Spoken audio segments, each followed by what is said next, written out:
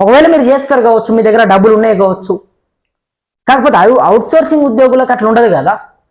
ఇవాళ 6 నెలలుగా జీతాలు లేకపోతే వాళ్ళ ఇంటి రెంట్ ఎట్లా కడతారు, వాళ్ళ పిల్లల స్కూల్ ఫీజులు ఎట్లా కడతారు, ఇంట్లోకి నిత్యావసర సరుకు ధర ఎట్లా తెస్తారు, నిత్యావసర సరుకు ధరలు ఎట్లా ఉన్నాయి, ఎక్కడికక్కడ నిత్యావసర సరుకుల ధరలు మొత్తం కూడా పెరిగిపోయినాయి.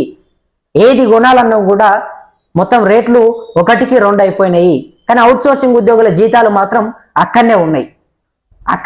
పక్కన పెడితే జీతాలు పెరగకపోవడం గురించి మనం మాట్లాడడం కాసేపు పక్కన పెడితే, ఉన్న జీతాలు పడట్లేదు, ఉన్న జీతమే సమయానికి పడట్లేదు, అది కూడా 6 నెలలుగా జీతం ఇవ్వట్లేదు. ఎవరితో చెప్పుకోవాలి? ఆ పండగకి వేస్తాము, ఈ పండగకి వేస్తారని చెప్పి వాళ్ళు ఎదురు చూస్తూ ఉన్నారు. వాళ్ళు చిట్టీలు కట్టుకోవాలి, ఇంటి అద్దె కట్టుకోవాలి, వాళ్ళ బండ్లలో పెట్రోల్ పోసుకోవాలి. ఊకిన పోతారా?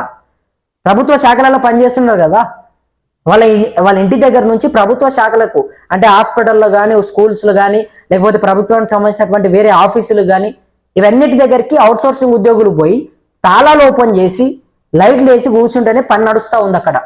ఇవాళ రాష్ట్రం నడుస్తూ ఉందంటే దానికి కారణం వాళ్ళే. అటువంటి వాళ్ళని పట్టించుకోకపోతే ఎట్లా? అటువంటి వాళ్ళ జీతాలు వేయకపోతే ఎట్లా?